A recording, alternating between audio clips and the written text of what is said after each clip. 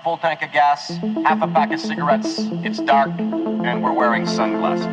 Hit it. You want answers? I want the truth! You can't handle the truth! Open the pod bay doors now. Keep your friends close, but your enemies close. I am nothing! No! Fasten your seatbelts. It's going to be a bumpy night. Get busy living. Or get busy dying. What's going on, everyone? Welcome to Cinemaze, a podcast where a bunch of mates chat about cinema over some drinks. Remember to support the podcast. Please follow it on your chosen streaming platform and leave a review. It would mean so much to me. So into the episode today, I'm joined by my friend Bella, who was the lucky winner of the Cinemaze giveaway. So congratulations and thank you for coming on. How are you going? No, I'm very well today. Thank you, Stoolie. Slightly hungover, but excited to be here nonetheless. Yeah, good. No, we've been meaning to do this for a while and it's great that you won the giveaway.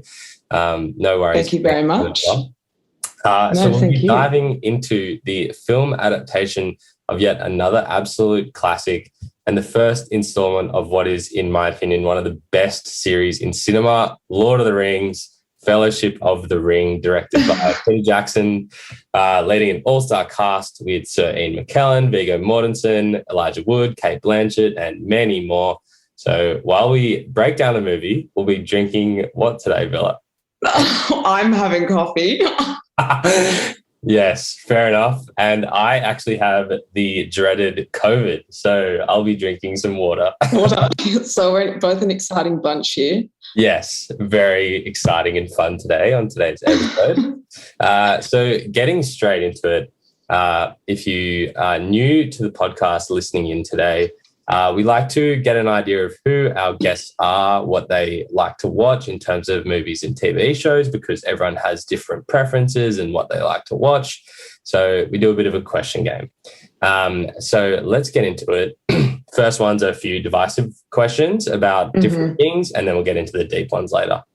So Sweet. First question, Bella, Christopher Nolan or Martin Scorsese? I personally prefer Nolan. And I only say that because I've watched more of his movies. So not really a fair answer, not really a fair question. Well, that's okay. Yeah, no, definitely hard. Definitely hard. Two big directors. They've both done some amazing movies, but no, absolutely fair in that one. Next question, Breaking Bad or Game of Thrones? So this is a bit controversial, but I've actually never watched Breaking Bad, which I know is shock horror. Oh my God. But even in saying that, I think I'd probably still choose Game of Thrones. I'm clearly into my fantasy genre, so that one was a big hit with me. Yeah, definitely. And for those who don't know, because Bella was the winner of the giveaway, she was able to choose what we are talking about today, Lord of the Rings. So I guess that's a bit telling of, the Game of Thrones. Yeah. Next question, Tom Hanks or Leonardo DiCaprio? I love Leo's movies, but I just think Tom Hanks seems like the most friendliest man in Hollywood. So I'm going to go with Hanks for this one. And I recently watched Sully, the airplane movie, and obsessed. Really great flick. Yeah. I haven't actually seen like the whole of Sully. I really need to. But it's great. Tom Hanks is such a good actor. So diverse. Absolutely love him. So yeah, definitely a good answer there. Next question, and this will be telling of the episode, and probably already know the answer, but Lord of the Rings or Harry Potter? Yeah, so seeing as I am here for Lord of the Rings, I'd be a bit worried if I said Harry Potter. However, Harry Potter does have a place in my heart. Like, it's such a great series as well, and very similar in some sort of way. For sure. No, two epic series. So yeah, can't beat it. And if you haven't seen either of those, need to wake up. Don't know what you're doing. Mirror. Don't know what you're doing. Yeah, 100%. Next question, two iconic TV shows here, Friends or How I Met Your Mother? I can't stand either. Really? I'm just not into that kind of sitcom. What's it called? Sitcom. Yeah, not into that. I can't stand How I Met Your Mother. Don't know how people watch it. So I'd probably pick Friends, but like How I Met Your Mother is just shocking. Sorry, I know you just did an episode on it as well. Yeah, no. Don't worry about that. Why don't you like How I Met Your Mother? Is it like the story? No, that, and like I just think it's stupid and the acting shit. Sorry, bad. I just can't stand it. I know, Fair enough. I guess. Like, I mean, it's funny though because I really liked The Office. I've actually watched The Office a few times over. Oh, really? But yeah, everything else, Seinfeld. Don't know if I'm saying that right. Seinfeld. Not for me either. Oh, geez, there's going to be some listeners who don't really like it, but no, I know. No worries. Everyone's different, and that's why we do this question game. Into the deeper ones. So, first question: most memorable movie that you saw in cinemas? So, I think in terms of like the last few years, the one that I really walked away from and was like, wow. And also the first movie that I really noticed cinematography was Mad Max Fury Road. It's the only Mad Max I've ever watched, but I came away from that and was like, that was so aesthetically pleasing to watch on the big screen, like so beautiful, so well shot. And I'm fairly sure it won awards for that as well. Yeah. So that's up there on my top 10 list easily. Yeah, for sure. Mad Max was great. I think I'm the same. Like, I don't think I'd really watched the Mel Gibson ones, but yeah, such a spectacle, just so many. And a lot of it was CGI, I think, as well, but still like such a good movie. Such a great flick, yeah. And Australian too, Australian made, George Miller. Yeah. That's definitely, proud of that one. Yeah. Next question. Absolutely. Fastest TV show binge? Circling back to Game of Thrones, I was kind of late to the bandwagon. So I think I started when it had already been 5 seasons. And we were in year 11 in 2015. Yeah. And I decided that I wanted to start Game of Thrones during my year 11 exams. And so I had 2 weeks of year 11 exams, and I am not kidding. I started it day one and I had completed 5 seasons by the end of the 2 weeks when I should have been studying. And if you think that every episode is like an hour long. Yeah, I was like averaging like 3 episodes a day. Oh my God. So bad. Instead of studying, and my results showed it. Like I did so terribly. I did not do well. I don't know what I was thinking, but I loved it. Yeah, at least you got the Game of Thrones. It's better than exams. Exactly. Plus it was year 11. Yeah, it's so good. I'm pretty sure I was kind of late as well, and I did a huge binge like that as well. It's so easy to get through. It's so good. So easy. No, that's great. Next question. One movie that you think everyone needs to see? Yeah, I think people who haven't watched Saving Private Ryan, I don't even know where you are. Like, it was one of those movies growing up that my dad and my mum, to be fair, kind of sat me down and were like, no, you're old enough now. Like, you should actually be watching this movie. And also the same with Gallipoli. If you're Australian and you haven't watched Gallipoli, you're not exactly, you're not very Australian. 2 great war movies, 2 great depictions of war, just so beautifully done. But I cry in both of them every single time, bawl my eyes out. They're both, different war stories, but still nonetheless so good. And Saving Private Ryan, I remember seeing that, and the D-Day going into the beach, and it's just so real, and it's insane. So super raw. It is long, but every minute is worth it. Absolutely. And Tom Hanks as well. Tom Hanks and Vin Diesel, which is just so random. Yeah, there is a massive cast in Saving Private Ryan. No, that's awesome. Next question, TV show that you're watching at the moment? So basic, but Euphoria. I love Euphoria. So you have started watching it. Yeah, finally. Yeah, because you asked for recommendations and I said, it's great, but I think Zendaya's been miscast. I take it back. I take back anything I said. I love it now. I'm obsessed. I think season 2 is definitely like kicked it up a notch. Oh, for sure. I think I started the first episode and I was like, oh, this is a bit of a classic teen drama. Like, well, why does everyone rave about this? And I kind of put it on pause for a bit, but then went back to watch episode 2 and I literally binged like the whole season in like 2 or 3 days. I think I did that too. I think like, you know, it's shot so well. It's like very real. Yeah. And the acting. It's like the only teen drama that's an actual authentic portrayal of what happens. I mean, I wouldn't say my high school experience was exactly that intense, but it gives like some insight. And finally one where like the acting is decent. Yeah. And not everyone's just stupid and has no emotional, can't like do any emotional portrayal. It's great like that. It's so good. And also like, you know, it normalizes a lot about like, you know, being exploring your sexuality and your gender, stuff like that, which I think is great. And great diverse cast as well. Yeah, for sure. No, that's awesome. Good to get an idea of what you like to watch. Now, before we get into Lord of the Rings, Fellowship of the Ring, to the listeners out there who haven't seen it yet, what would you say about the movie in a few sentences? Not a description, but a piece of advice. If you aren't going to commit to it, don't watch it, especially the first one, because it's really long and you need to put your phone away if you've never watched it before, like, because there's just so much content and information to take in. Yeah, no, I love that. I think, you know, it's one of the, and this is what I was going to say about it as well. It is very long. It's about 3 hours and so is each film. There's 3 of them, if you didn't know that. But you're immediately transported into this world of Middle-earth and, don't let anything distract you because that's, I feel, the best part about Lord of the Rings. You can just be lost in it. Yeah. You know, you're entertained the whole way, but definitely, like, if you're going to watch it, invest in it. Absolutely. You know, you follow this amazing cast and all the characters, and even though it was made in, like, 2001, you know, the CGI still looks amazing in 2022. Like it lives up. So that is great. I love that.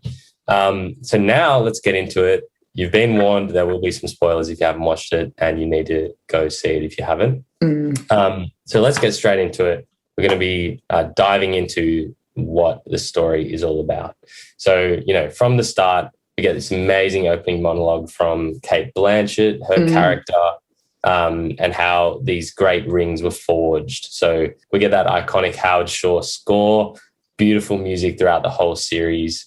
You know, there were 9 rings for the race of men and other races as well, like the elves and have you. And we get introduced to Sauron, who's the like evil kind of classic villain. Yeah, classic villain. And we get kind of this big battle where the King of Gondor chops Sauron's finger off and the ring itself. And we kind of learn what Middle-earth is about, you know. And for me, I didn't read Tolkien's books, but and I just remember, I just remember like a very vivid memory that my grandparents had all the Lord of the Rings on DVD. And I was very young at the time, and I was like, what are these? Like, it was in like a weird DVD case, and I was like, what is this, like, Lord of the Rings? Like, what are these? And so me and my brothers like finally sat down to watch them. And I remember seeing this first like opening battle, and I was like, oh my God, like, what is Loved this? Loved it. Yeah. And I was just hooked straight away. What did you think of the opening? To be honest, going back and rewatching it, like, it's good. And I know they have to condense a lot of information like quickly to get it. But I do think, to be honest, like the first bit of the movie does drag out a bit. And so I can see why people lose interest pretty quickly. But the battle scene is like, it's a great way to open it up. For sure. The one you're talking about there. Yeah. Yeah. And they do obviously have to get through a lot of content. So, you know, it's hard to introduce people who haven't read the book, but still a great opening.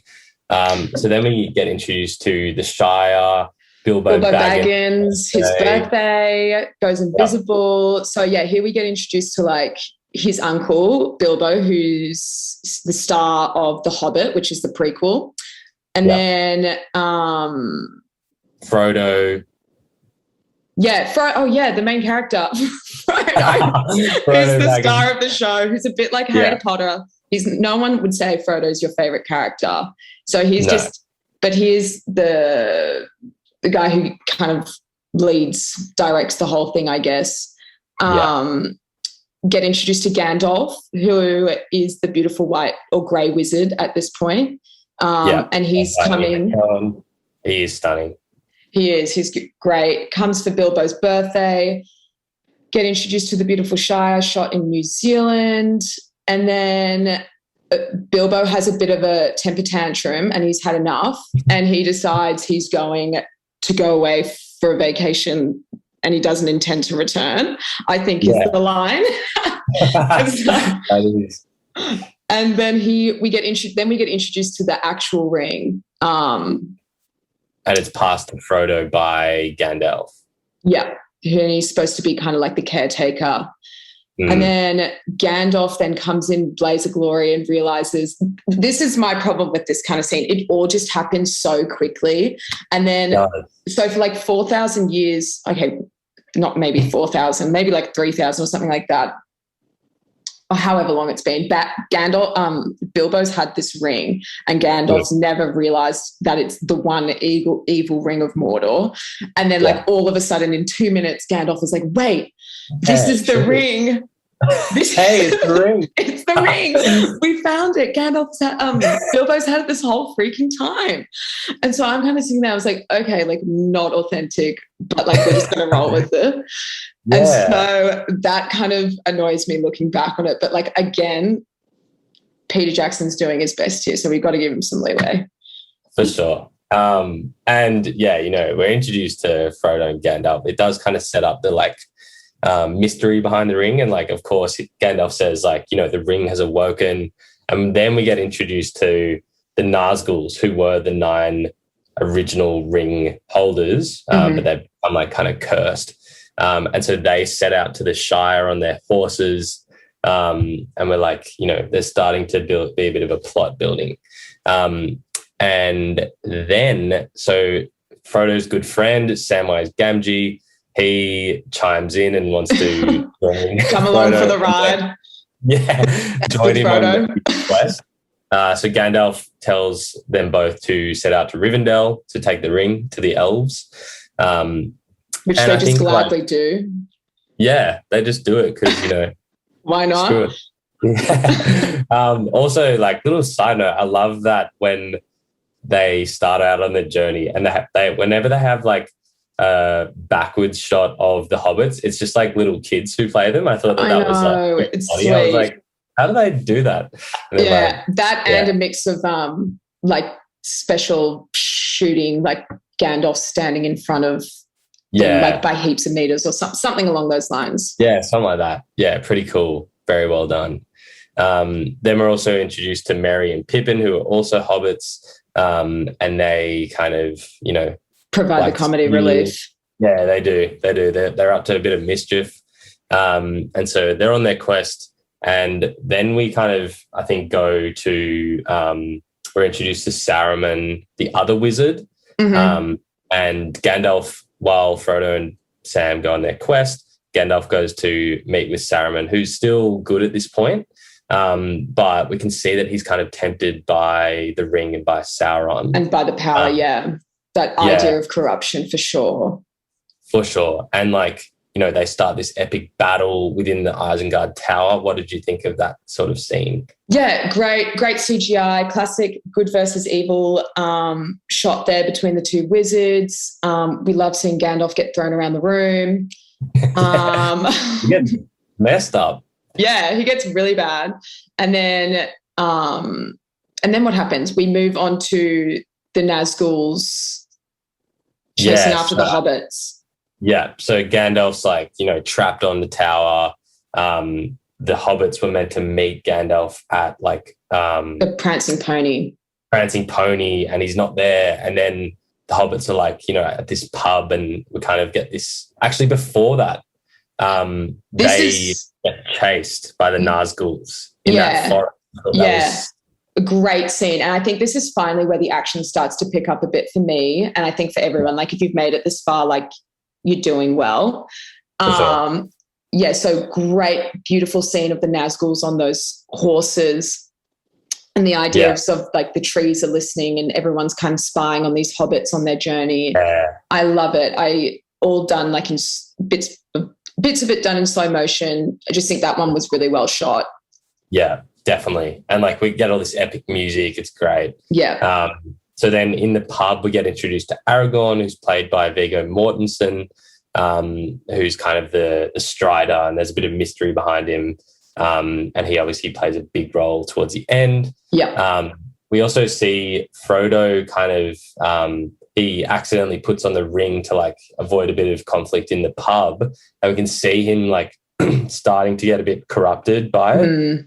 Absolutely. And just so people remember, like when you put on the ring, you do turn invisible. I feel like we forgot to mention that.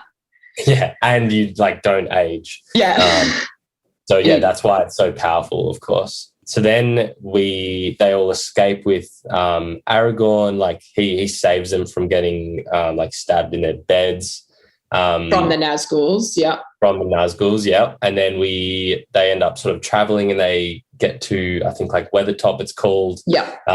And one of the Nazguls actually stabs Frodo, and he gets like poisoned by it. Yeah, poisoned by their evil, which he never actually really recovers from. Throughout the whole series, it's like kind of always there. For sure. And he's still like, suffering kind of the whole time. Yeah. So we start to get, how it's a bit of a burden for him. Yeah. But then we kind of get to see, Saruman's like obviously got Gandalf prisoner, but he starts to like build this army of orcs for Sauron. Yeah. I thought it was really cool how the orcs get born out of the ground. I know, with the slime. Well, they're coated in the slime and the mud. Yeah. And I think the costume, because there's like minimal CGI here. Yeah. Like the orcs are like, that is proper costume and makeup, and it looks awesome. Sure. Like they look really scary, really intense, petrifying. And it still stands to this day. For sure. Yeah. So cool. And like, definitely. I think, did it win awards for costuming? I think it did. Yeah. I think it won everything. Definitely. Yeah, won a lot. And then we get, Gandalf has his little, like, is it like a moth or a butterfly? Yeah, a moth comes, he whispers to it. Yeah, like Gandalf is balling here. Like, he is. He seems like a bit weak at this point while he's still Gandalf the Grey, but, he's still got a few tricks up his sleeve. Absolutely. And then we kind of, Frodo's being poisoned by this blade. He's dying. Yeah. And then Aragorn's friend Arwen, who's played by Liv Tyler. Arrives. She's an elf. She tries to save him. And I thought it was really cool how, she's taken Frodo to, I think goes to Rivendell. But, we get that awesome like horse chase scene through the forest, and the Nazguls are like right on her. This is my favorite scene of the film, easily, when Arwen's on the horse taking Frodo to Rivendell. It is so beautifully shot. And I love that because, again, in the books, this is not Arwen, it's Aragorn who takes him to Rivendell. But I love that it's like in a movie, a woman does it. I just love that. Like, I just love that she's a bit of a beast on a horseback, and she's... Oh, for sure. Calls this wave of water that washes away the Nazguls using her little elvish magic. Yeah. I think it immediately shows like how powerful she is and how powerful the elves are. Yeah. So that was just awesome. Like always on the edge of my seat watching that. Yeah.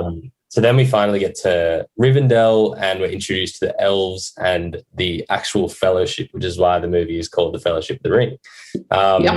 We're introduced to Legolas, who's played by Orlando Bloom, Gimli, Boromir. All these people come together because they're trying to decide what to do with the ring. How do we get rid of the ring?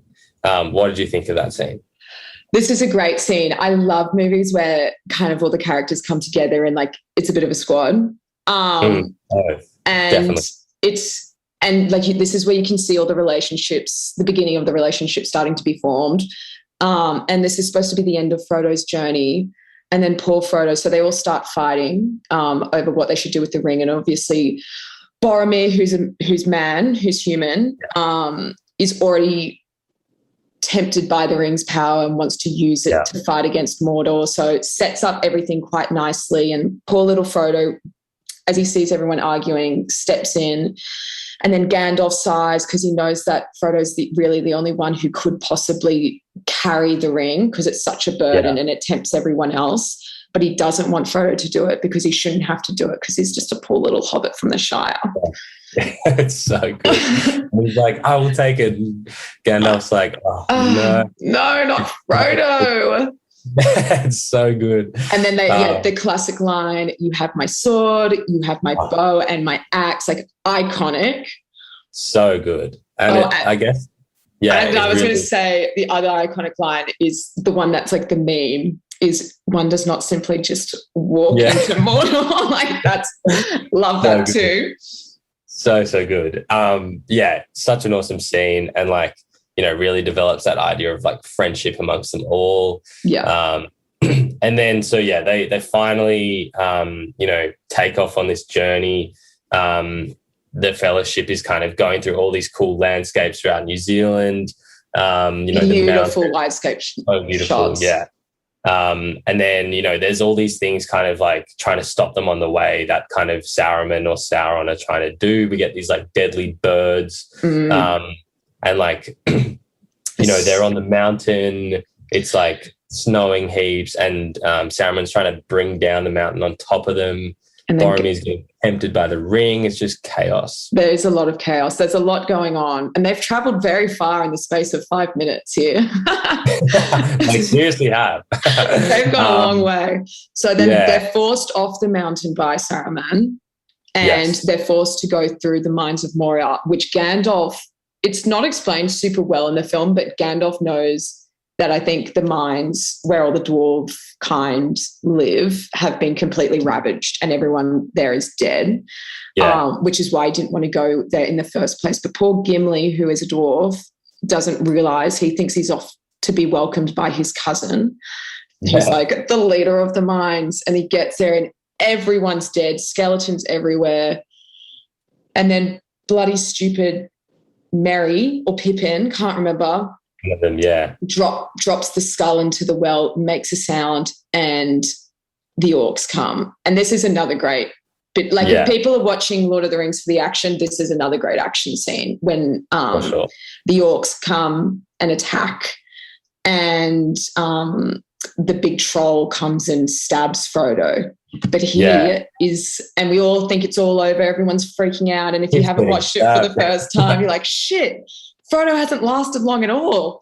But he's actually wearing a special little protective vest that he got from his uncle, which we love to see because by the time you get there, because again, it's really long, you do genuinely forget that he's been given this protective garment that saves him in the end. For sure. It's such a good scene. And like, they do kind of make it out of their little like room and like defeat kind of like the trolls and a few orcs. But and we also get introduced to like how good Aragorn, Legolas, and Gimli are at fighting, which is awesome.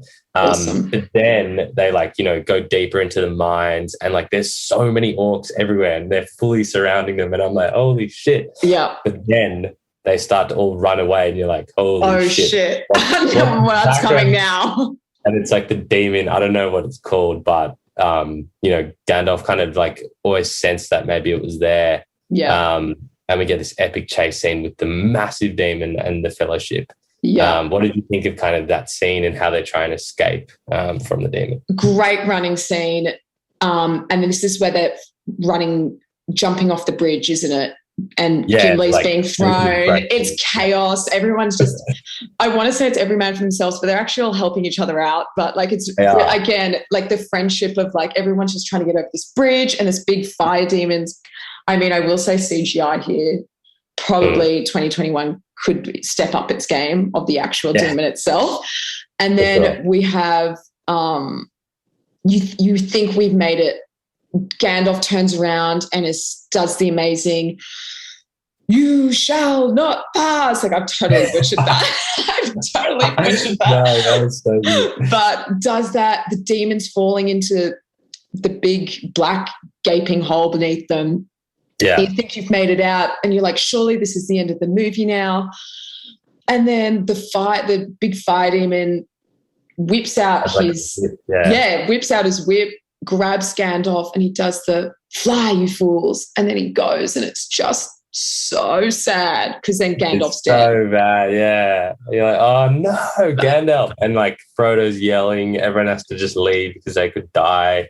Everyone's screaming. Yeah, it's beautiful. And like the music's coming through, it's so iconic. Yeah. Definitely sad to see Gandalf go. Yeah, it was sad moment for all, because Gandalf's definitely like the uncle everyone loves, just like or like the grandpa kind of. Yeah, with a lot more power. Very sweet. Definitely.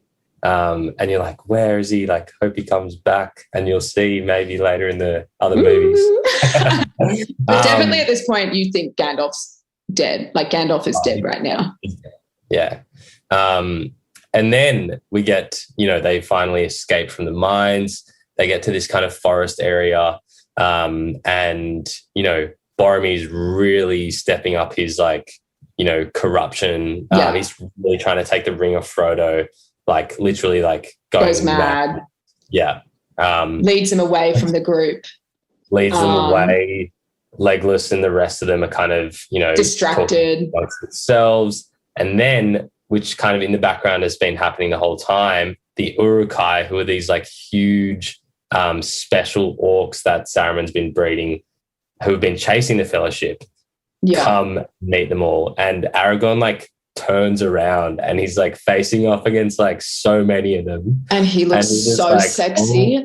Oh. He does. He does. Stunning man, Aragorn is like, oof. And then he pulls out his sword and he's just like killing these things left, right, and center. It is so insanely attractive. It really is. Which is not the point of the movie, but he does shine through. For sure. And like, Legolas and Gimli are in action as always. And then, Boromir's like literally like tackling Frodo and stuff. Which forces Frodo to then put on the ring and disappear and go invisible. And then Boromir I do feel bad for Boromir because like I think if it was you or I in his position, we would obviously be tempted by the ring as well. And then he realizes what he's done after Frodo disappears and the orcs are coming, and he's like, has this moment. He's like, oh shit, I've been tempted by the ring, tries to bring him back. But then he has his moment of redemption, one could say. Absolutely, he does. And he's fighting. He would be up there in terms of fighting with like Aragorn's like skill level. Oh, absolutely. And, he's killing all these Uruk-hai and all the orcs. And then we get that leader who has the like white hand on its face. Yeah. And big scary thing. So many arrows into Boromir. This is great though, because this is when Merry and Pippin, they sacrifice themselves so Frodo can get away. Yeah. And then Boromir then sacrifices himself to try save Merry and Pippin. And this is what I mean by the redemption. Like, he's been corrupted this entire movie, and you do come to dislike him a bit, like as the movie is coming along. And then he's getting shot literally 3 times by these big giant orcs with arrows, and he's still killing them. And it's just a really great moment. And I was glad he got that. Oh, for sure. I think it's such a good, like, little redemption. And if you haven't seen, why would you be listening if you come this far? But yeah, he's got all these arrows in him, but each time he gets shot, he gets back up, keeps fighting to try and save the hobbits. And it's just such a good scene. I think that most people would say that it was one of the best scenes in the movie. Absolutely. And, he also, then, Aragorn and Legolas come in, and Aragorn kind of promises to Boromir, because Boromir's family are the stewards of Gondor at the moment. They're not like royalty, but they're just in charge of them. And I think we have also forgot to mention that Aragorn is the king of Gondor, the true heir. Oh my God, true heir. And Aragorn like promises to Boromir that he will, save Gondor, because he kind of took this path of like, oh no, I don't want to do it. I don't actually know why he did that. But yeah, then Aragorn, Legolas, and Gimli, they set out to try and save Pippin and Merry, who've been kidnapped by the orcs, while Frodo leaves on a boat. And then we get really another touching scene. Sam's like, no, I'm coming with you. But he can't swim. He can't swim and he's like drowning. Then we get the hand reaches for him and like, he's crying and he's like, no, I made a promise, Mr. Frodo. It's so emotional and it's such a good ending. It's a great ending to a movie. Really beautiful. Yeah. And Samwise Gamgee is honestly, it's not shown so much in the first movie, but definitely in the second and third. I honestly think he's the true hero of this series. He is the one that pushes Frodo to keep going. And all he cares about is Frodo. Like he's genuine brotherly love there. And after everything Frodo, again, not in the first movie, but after everything Frodo puts him through, like he just has so much love and he just adores him. So I think it's really sweet to end such an action-packed film on kind of like, that emotional friendship side of things. Definitely. And like, the actor who plays him, Sean Astin, just like creates this character of just, as you said, such a true like supporting friend. And they go through a lot, but he's there the whole time. He's always by Frodo's side. And I think that's like what's really great about Lord of the Rings.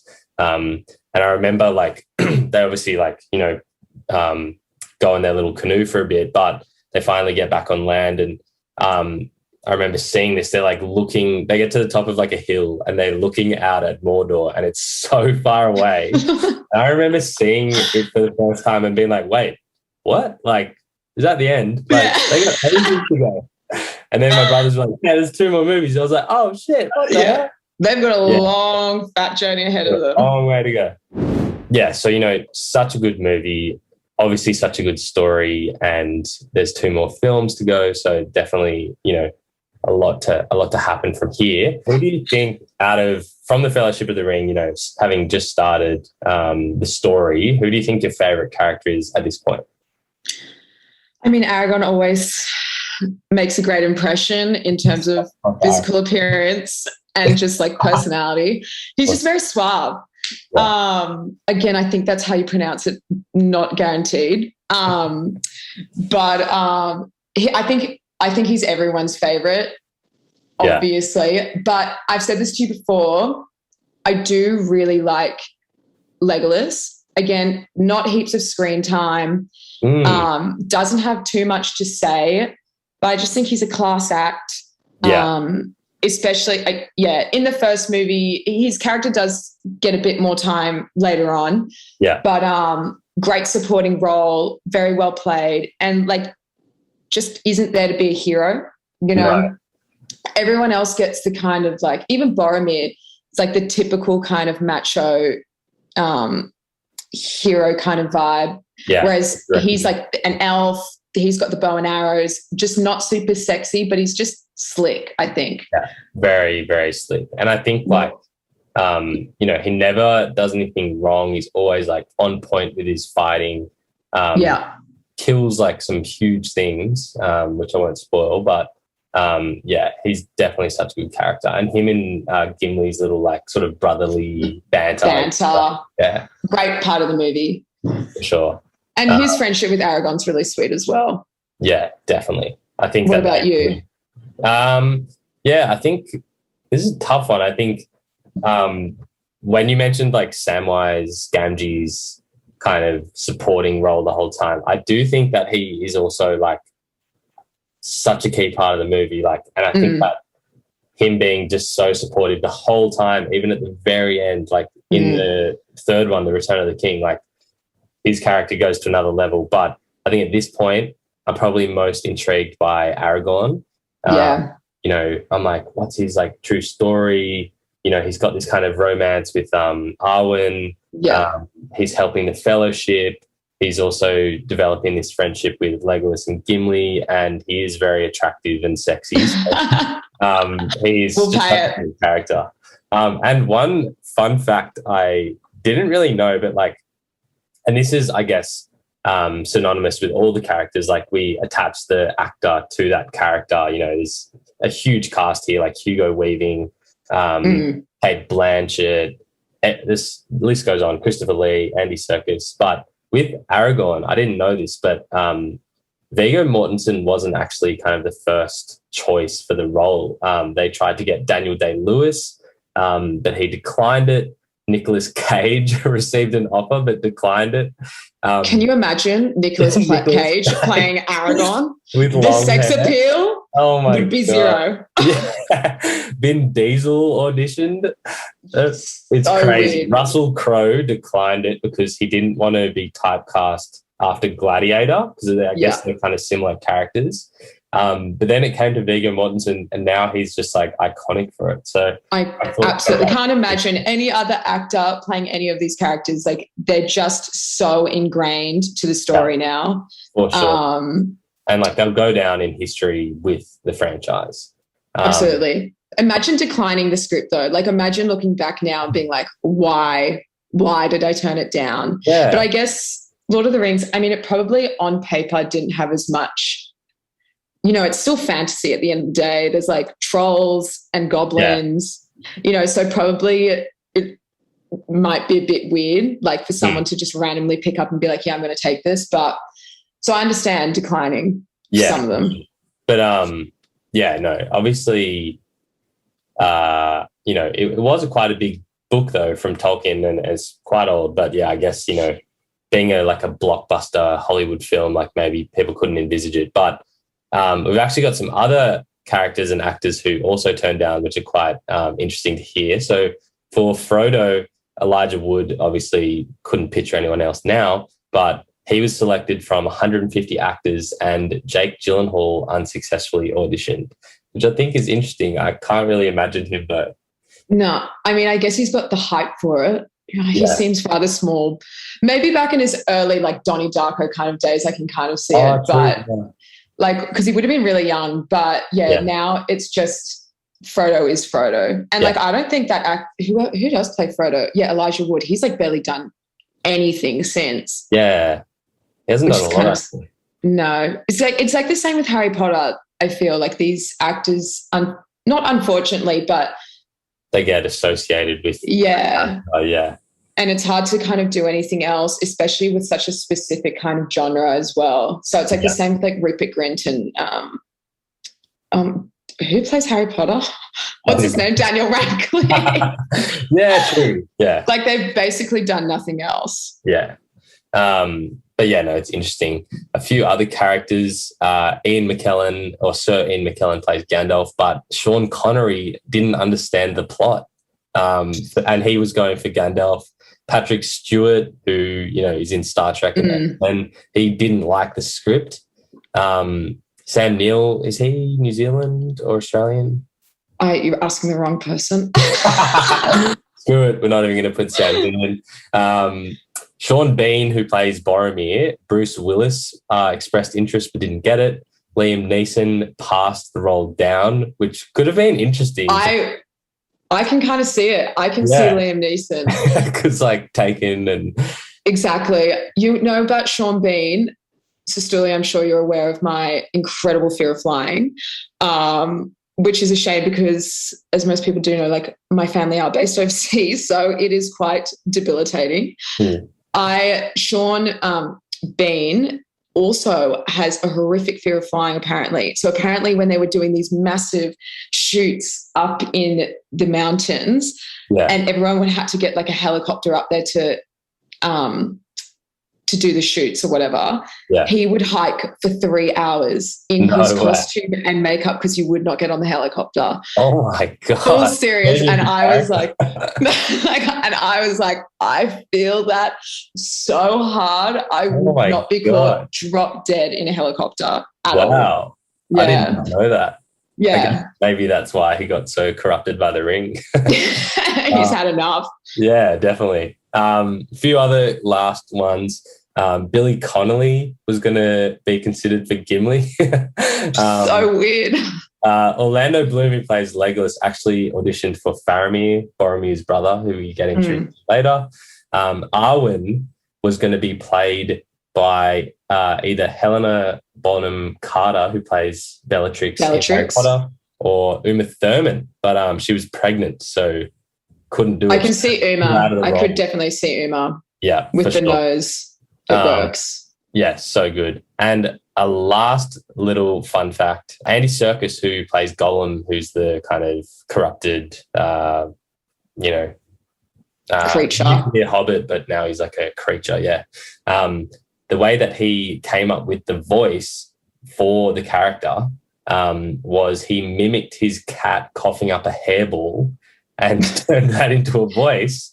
I've actually not heard that one. Iconic. He, I think that wrecked his voice. Apparently he was drinking like ginger and lemon tea. That's all he could take down his throat after a day's work, which I'm not surprised because it was just like red raw basically, as he says in his interviews. Yeah. It's called commitment.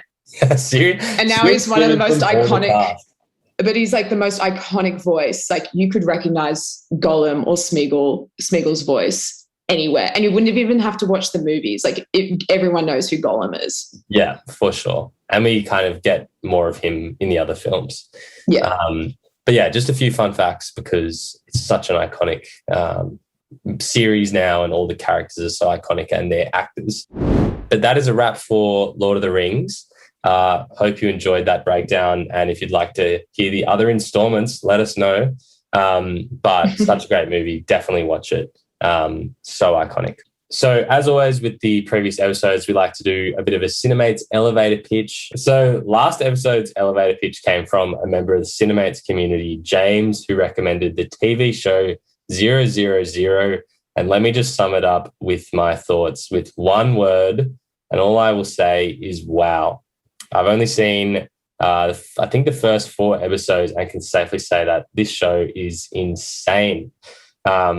James said in his elevator pitch, it's about the global drug trade, and we kind of get to see all the different sides of it.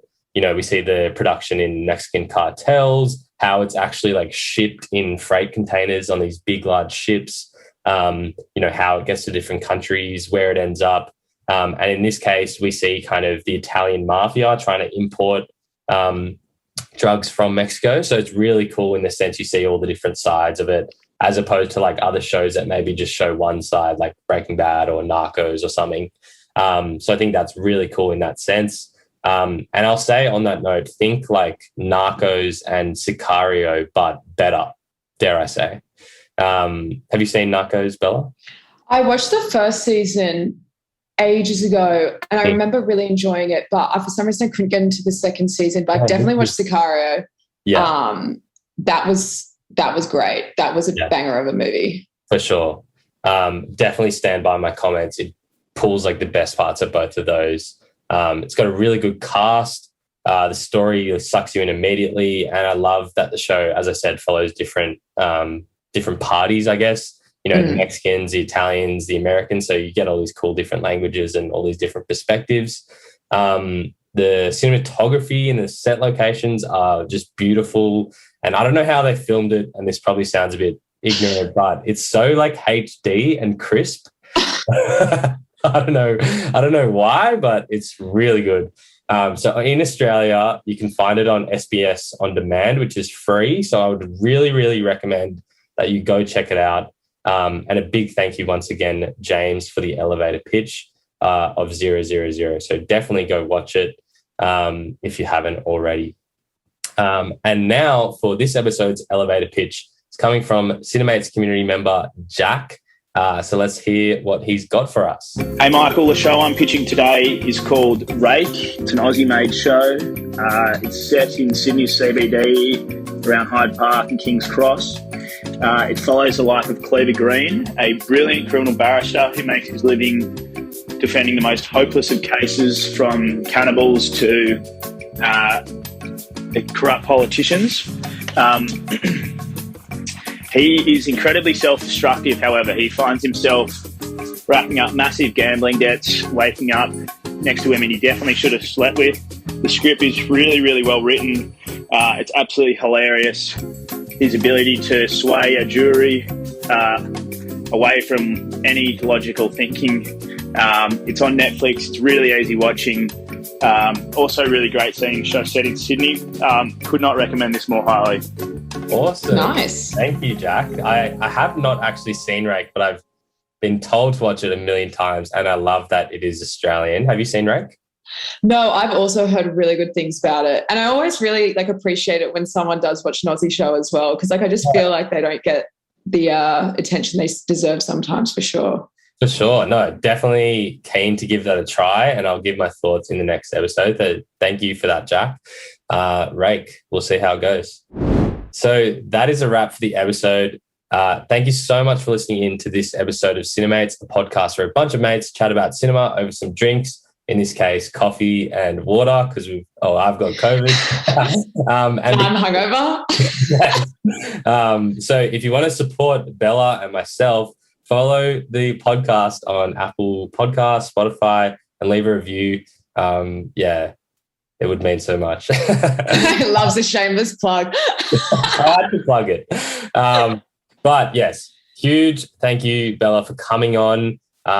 Lucky winner of the Cinemaze giveaway. Thank you for choosing the rings, because I absolutely love it. Thank you for having me. No, I appreciate it. And thanks for letting me choose a movie that there's so much content. So I feel like we did a pretty decent job getting through a movie of that size and quality. Yeah, for sure. And I think, it's hard to do it justice, but so good, and had a lot of fun breaking it down. Let us know if you'd like us to do more installments of Lord of the Rings, or if you'd want Bella back on the show, and let us know what you hear in future episodes. If you ever want to do a elevator pitch, send us a DM on Instagram at cinemaze_. Otherwise, thank you for listening, and we'll catch you for the next episode. Thanks so much for listening to this episode of Cinemates. If you enjoyed it, you can follow us and leave a review on Spotify, Apple Podcasts, Google Podcasts, and all other major platforms. Also, if you haven't already, check out our Instagram and YouTube channel for more Cinemaze content, and let us know what you thought of this episode. In the spirit of reconciliation, we acknowledge Australia's first people as the traditional owners and custodians of the land, and pay respect to the Cammeraygal people of the Eora Nation, upon whose country Cinemaze is based.